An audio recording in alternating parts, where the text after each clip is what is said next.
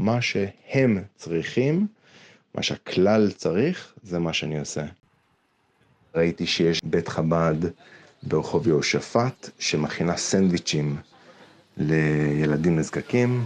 בעצם זה התחיל מזה שאיזשהו ילד ראה שיש ילדים בכיתה שלו שלא מביאים אוכל, לא מביאים בעצם ארוחת 10. הוא סיפר לי אמא שלו שיש כמה ילדים ששכחו את הסנדוויצ'ים שלהם, אז היא הכינה עוד כמה.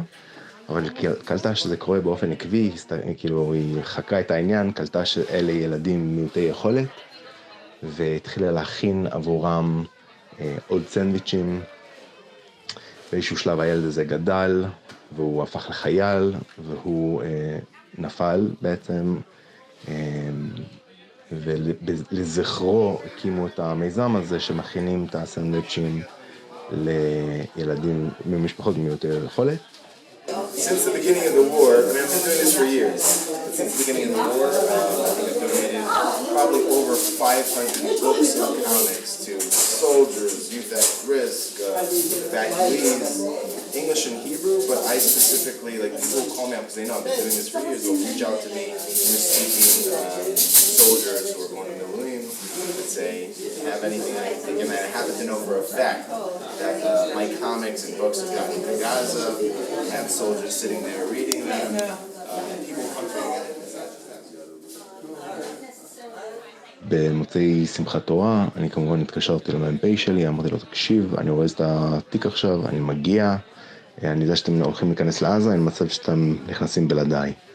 הוא אומר לי, תקשיב אריה, לאן אתה מגיע בדיוק?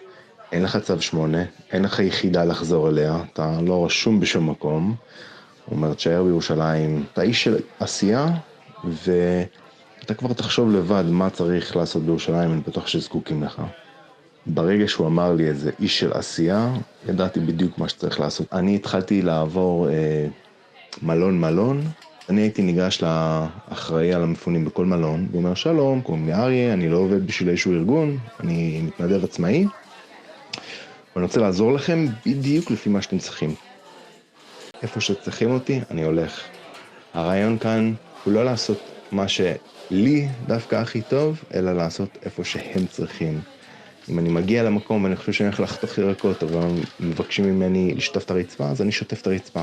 מה שהם צריכים, מה שהכלל צריך, זה מה שאני עושה.